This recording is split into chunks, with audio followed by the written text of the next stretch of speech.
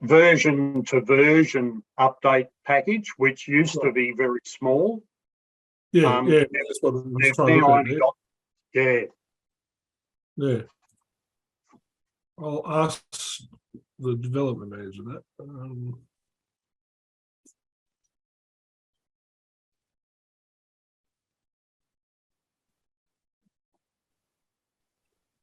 Now, you've just interrupted me. I was just doing an upgrade to see if there was a 15-second pause, and there wasn't. Yeah. So what happened when you hit the button? You got some response page of some kind, because it still has to download, doesn't it? Yeah.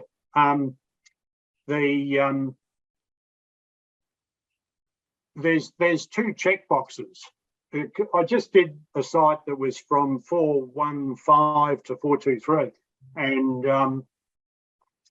there was an initial checkbox and a go button, and then it came up with a secondary checkbox and a go button to start the upgrade. And it was after I clicked that start button that I got distracted and made a comment here, and wasn't really watching, but it went through and went on to the next screen, which then gives you the task status.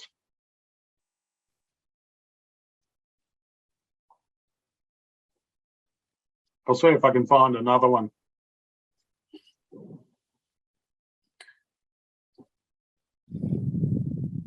I'll have a bit more practice, Robert, before we do yours. I don't know that I'm ever going to. I've got these. I was really dreading upgrading the PHP because of one extension I've got, which still relies on. And it turns out it's just I found the bit of code that was causing it, and then although I don't know much about coding, I managed to fashion a workaround. So I got this particular thing working. But of course, I can't take that extension forward. So then I've got to find another extension to replace that. That's one small area. And then I've got the SEO stuff. And I've been using the SF404 SF for years.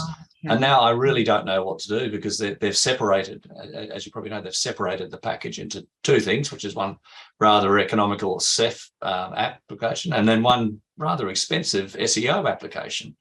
Do you have any thoughts on that, Patrick? Is it, can you migrate from our one that we use, the Meta OS Meta? So the thing about OS Meta that Patrick pointed out to me is that it basically, if you update all your descriptions and meta tags in the OS Meta, it actually, you can send it back to the core. So you can literally update your articles and your menus with that information. And that means that uncoupling down the track, you've got something in the base. What about the Ceph URLs? Because I guess that's the two aspects of it. Is that there's the SEO, the meta stuff, and then there's also the Ceph URLs. And I've just come to rely on this other application to look after me. And I know after next year I can't use it, or I can't. I'll have to either bite the bullet and buy these two apps, which don't look that easy, really. It's like I might as well buy something completely new. I missed the start of that as to which component you're talking about, because I was trying to... SH404. Right. Yeah. So when Joomla's modern routing came in, that's when I ditched 404 Ceph, because the main thing 404 Ceph was doing for me was the IDs. Taking the items out of the URLs. So SH404 Ceph does save in its own database, and meta descriptions and things like that. And that's the advantage of OS Meta Pro, is that it's just a view and it's showing you the meta description for each of the articles in the site. Yeah, and the Ceph URLs are handled out of the box now, Robert. Okay, so that is in 4. I'd have to go up to 4 to get that capability. No, in 3. If you God. switch to modern, yeah, No. if you've switched to modern, it will be fine. Yeah. How many If you have a look pages? in the articles options, there's an option for, is it called modern route? Modern. Oh, modern routing. Great. Yeah. Yeah, so obviously I'm not a very modern person. I feel bad I didn't spot that. Look, the thing is, if it ain't broke, I don't fiddle with it. Yeah. But I keep getting warned by Akiba that it's going to be broke in a year. Very soon. Yeah, November next year, isn't it? Or no, earlier. Yeah. They do like a good warning, Akiba, though. It kept scaring me with the PHP, and then as I said, I big alert across the front. Yeah. I tested it and tested it, and I kept breaking things, and Yeah. They're mad for it. Well, that's the thing. You find sneaky plugins and extensions that are still not compatible. I mean, we rebuilt in J4 and then discovered some. No, it wasn't. It was a 3 that we were trying to update to version 8 in PHP. And again, J2 store, no way. So that's a crash and burn. So yeah, I don't. You just got to work out which one's tricky. Doing another test site's a good idea. Don't do it on your live site, Robert. Oh yeah. Look, I went down that because I've got shared server, so I've got this test site, great. But of course, if I flick over the PHP on the shared server, it flicks it over on everything. So that didn't work. So then I tried to do it locally, and I had all sorts of issues trying to get the WAMP server working in a Windows environment. It didn't work quite the same. Anyway. I might be able to. Sob is me, but no, but I might be able to just set you up with a dev site on one of my PHP 8. Oh, that'd be nice. Because I've got a bit of space. So maybe I could just put you on one of those and you can play and get it all working. I mean, obviously depends who you're hosting with, as to whether everything will go back. But I'm with Ventra. I'm with Ventra as well. And so, it at the end of the day, the test kind of works, and then I take to keep a backup of it, and I just think, oh well, I'm not going to have nothing of what that I've got is mission critical. If someone can't read a story for a couple of minutes, I don't really care.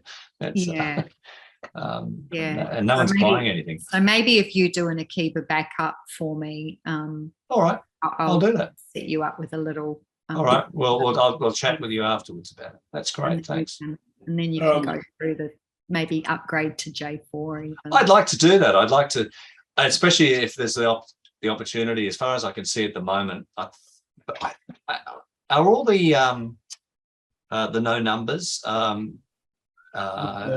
They're all 4 now. Good. Yeah. All the tabs and sliders is still coming, I think. Which one is? Sorry. Tabs and sliders, is it? Okay, I don't use that. But it's almost there. Yeah, it's pretty good. I think then that it's really the if anyone minds me mentioning this, there's this one I use called FJ related articles, and FJ related articles gave me this ability to list all the articles related to a particular author for a for stories and posts and things like that, and I can't find anything. It picks it up off an author field, and I know we've talked, Patrick, before about using tags, but I can't get it to work, and and so I thought, I've got it. Surely there must be a way of doing this. I've got quite good tag override processes now. So with I'll talk to you about that as well. Yeah. It's not, I've not had enough tags to make a tag-based navigation site effectively work, or work in what other people have got as a tag cloud. Brit's got several sites where there's navigation by category, navigation by tags, and overrides that then one of the problems has always seemed to be with Have tags. challenges, yeah. The basic template layouts for Tags. core tags component Mm. have never really been looked at closely and developed further. So Effectively, they should just flow like a category blog. They should be very similar, and that's how I've styled mine. So you don't actually sense that you're in a different section. Yeah, but that's I'm really happy to show you, Robert. All right. I'll touch base. Thank you very much. You won't love me because it will mean you have to go through and do tags on all your articles, but you know. Yeah, I think what I could probably do, I do have a slight bit of smarts. Because I use this author field as a specific field I can use, I can probably do a bit of SQL and take that author field and shove it where the tag is, and I can do that much of it. Patrick could probably do that with his nifty database replacer. Because I use that SQL to, when you help me upgrade the template, I use the SQL to do that in a test database and then proved it worked in the other database. And that seemed to work a treat. Yeah. All right. Oh, I might be Joomla 4 before I know it. Then I can contribute. Then I can tell you, Greg, whether I'm having these problems that you're having with the updates. It's one of those things I think sometimes really the only sites that I don't build in J4 now, and I've only got, a handful of sites, are any that have the e-commerce, the J2 store, because J2 store is just not sufficient yet. So they're the ones that are holding up my upgrading, but any little ones I'm definitely pushing through. And if I always do a dev site. So if I break them, it's just an opportunity to fix them and figure out why. And I've had some pretty scary big 500 red server errors and things like that with the updates. There's been a few hairy moments where I've gone like, whoa. The flip side of those ones is when you get the error, and that's the only word on the It's like, what do you mean error? Tell me a bit more, can you? I must admit I was doing what I thought would be a really simple, easy site to update, and I could not for the life of me get the template to render. Just a whole lot of, just unformatted template in every arena, dashboard, Joomla, everything. And I must admit I abandoned and deleted. I can't even remember what site it was now. I was so disgusted. I just went like, oh. I haven't been on for a long time, but how does everyone feel? I was a bit surprised when Joomla 5 started being floated, because I know you want to look to the future, but I feel like I'm going kicking and screaming to Joomla 4, and then there's Joomla 5. Wow. I'm trying to lock one of them in fact, both of them in. So the outreach and the production coordinators are the ones driving parts of that conversation. And when you actually have a conversation with them, and they'll do a presentation for us, you'll understand that what they're actually doing is that they're fixing the problem that was happening with 3, in that the scope creep and development creep and all sorts of things that went wrong. And so 5 is really, where Joomla got to 3.10, Joomla 4 won't get to 3.5, it'll go to 5 and be a major leap. And so there's things that are going to be fixing along the way there. So and some of the things that are in the roadmap are major. The next level of major system change, which then hopefully will get us back into the enterprise market a little bit more, if they can deliver it. One of them's a proper multi-site feature, which sounds as though it's going to eclipse, if anybody's had to use WordPress multi-site and know how sort of haphazardly that is to try and piece together, the new multi-site for Joomla 5 should be much cleaner. So. Matthew posted something in the chat that might be useful to Robert, where once he gets to Joomla 4, in terms of that filtering on the author field. It's a component from All right. bluecoder.com that allows you to filter on pretty much custom fields and all kinds of stuff. Oh, that'd be great. Thank you. I'll put that in my notes here. There we go. Thanks, Matthew. I've just gone and taken a poke around on tallandtrue.com.au, which is Robert's site for those that don't know. Where you've got category / article name by using 404 Ceph, Mhm. that's what the modern routing does. So All right. you can Yep. effectively switch that off and over quite easily. And then the only other thing that you would probably need to do is either painstakingly copy each meta description back into a tool like OS Meta Mhm. from SH404 Ceph, Mhm. or do a database map, and then you could update each of them, because I'm sure there's a common identifier there. It should have the article ID in the SH404 Ceph tables. You've got a few articles, haven't you, Robert? Just a few. But you see, if you click onto, say, that review there, The Sirens Sing by Kristen Thornell, that more by writer, which appears on the right there, Yeah. that is using that FJ related module. And so it lists the articles by the writer. And by that, I've populated my name in the author, in the author name in the article. And it's able, so basically it can list by that. When I wrote this, or designed this website 2017 or before that, I suppose. But I kind of expected I'd be able to do that just out of the box with Joomla, and I just found that I couldn't do it. And then I stumbled on this. I'm just going to put this over here so I'm looking straight at the camera. Then I stumbled on this FJ related articles, and it seemed to do what it did exactly what I wanted it to do, and I was able to style it and so forth. So there's quite often things that I keep on finding where the core module or plugin does a little bit, but it doesn't do everything.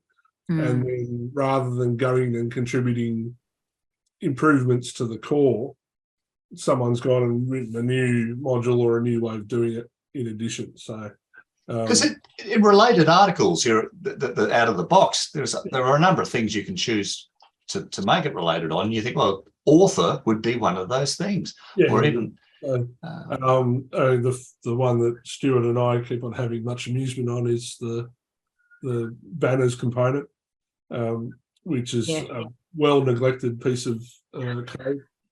Where if you delete a banner, it then doesn't automatically purge the banner clicks for the banners. And how many million records was it, Stuart? Oh. Z millions. 91 million. 91 million banner clicks. Oh, God. Banner impressions, I should say. Z millions. A lot of clicks. So I had a cron running to delete them in batches because that's all I could do, so that it would check to see if the banner still existed, and if it didn't, it would purge them. And it was running for about 2 weeks, and then I finally had to kill it. But that gave me enough, because it basically wouldn't load the data into SQL. It was too big for transfer for testing. It was ridiculous. Anyway, has anyone ever done a check using the W3 HTML checker on their site? I used to be fairly proud of having 0 errors or info messages, but lately they changed their HTML standards. It's now called NU HTML checker, and it throws up all these info messages that all say trailing slash on void elements has no effect and interacts badly with unquoted attribute values. And what they mean by a void element is a thing like an image tag, where traditionally you'd always have a slash close angle bracket at the end. now they're saying that's bad HTML, but Joomla insists, all Joomla editors I've tried insist on putting that back. Even if you go into the HTML and take it out, it'll put it back, and then it comes up with all these silly errors. You know, I know it's a bit ridiculous, but I'm a bit of a perfectionist, and yeah, it's annoying. Even a break tag, which there's always arguments about whether it should be BR close angle or BR space / close angle. But yeah, it doesn't like those either. And otherwise, you would have a clean record by the looks of the site I've just run it on. Otherwise, yes. They're all just info. They're not errors. And there's another level of message as well. But yeah, it just seems that there's a standard being changed, and Joomla editors aren't aware of it. I think it came in at the beginning of September.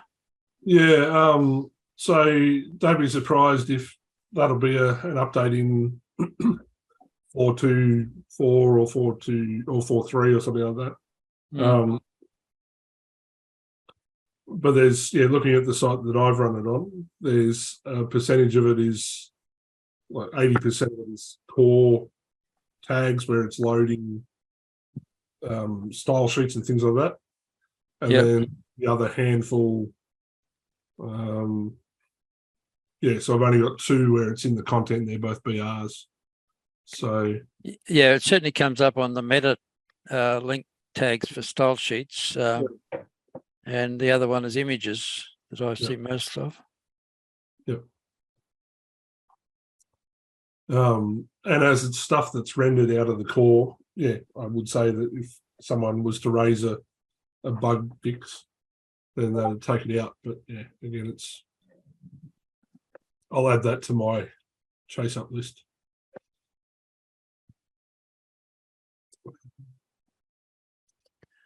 I often pause to think that all we're doing with all this stuff is generating HTML. Yeah. I'm not suggesting we ever go back to those days, but gee, there's an awful lot of complexity, isn't there? And generating the HTML to make a page. I had to build a splash page for a client recently. Sorry, Robert. I had to build a splash page for a client, which took them an inordinate amount of time to decide on the text for, but it's a medical institute anyway. And I went to actually do it as just static HTML. And like I said, a bit of a Google, I was like, is there any kind of framework I can download and just kind of, put together a quick little static HTML? So I found a couple of frameworks, but it was like, I'd been messing around for about 35 minutes and I went, you know what, stuff this, I'm going to be building it with UTheme anyway. I'm just going to install that and build a one-pager and then we go. And about 35 minutes later, I was done. So yeah, I was like, even for a one-pager, it's probably quicker. Yeah. It's that I find the interesting thing with the standards, and this is digressing only slightly, but I also have this podcast and I narrate the podcast, and then of course I have to go back and I have to edit, get the best takes and all that sort of thing. And there's a little bit of sound like the dog perhaps beside me wagging his tail or something like that, or licking his chops. And so I edit that out, and I've been putting silences. I use Audacity and I put the silence in there just to get rid of that. Great, move on. And anyway, I was having a look at the new release of it, and they talked about this new standard. It's not a new standard, but it just made it easier to check for the standard called ACX. And if you're going to submit a book, for instance, which I'm not doing, but if you're going to submit an audio book to Audible, it has to pass this ACX standard. And the ACX standard, it fails if there are any silences in your recording. So all those silences I put in 62 episodes, I think it is, of the podcast, all the little silent sections just to get rid of the dog's tail and stuff, that would fail the test because it's a silence and it doesn't sound proper. It's got to have this sort of normal background noise, and yet you can't I can't reproduce the normal background noise, so I've decided, oh, well, I'm going to have to fail that side of the test. But it was an interesting thing for me. I tested it, just put one little bit of silence in that in a 5-minute audio clip, and it failed it immediately. So sometimes the standards can get you. So you haven't just recorded a white noise room background sound? Yeah, I don't have too much white noise background. It's always bloody noisy. It's not my voice or a bit of sound effect. Then it's noise. Wolf. But yeah, or a wolf or a noise, or scratch. That's an option. But of course, you've got this editing thing which says, just put some silence there, get rid of that clicking noise, the fact I moved in a chair or something along those lines. And so you do that. You think that, well, that's normal. And then they do have a feature where you can add white noise, but the white noise is dreadful, absolutely dreadful. I tried to put an audio control into a page. I don't use this much, but I had a few audio things that needed to play. And I thought, I'll just go in and go to the HTML editor within the Joomla editor and stick in the audio control tags and everything be fine. But no, Joomla chucked that out. I ended up having to use, there's probably other ways, but I used Sorcerer tags either side of it, and that let it through. But yeah, there's a few tricky things you have to deal with. Mm.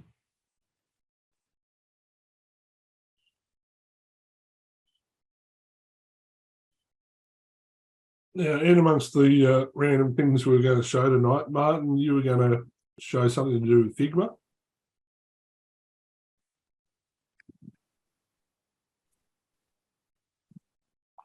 He's having dinner. No, he's back. No, I'm having dinner. That is exactly right. I've got a mouthful of food just as you said my name. Well, sorry.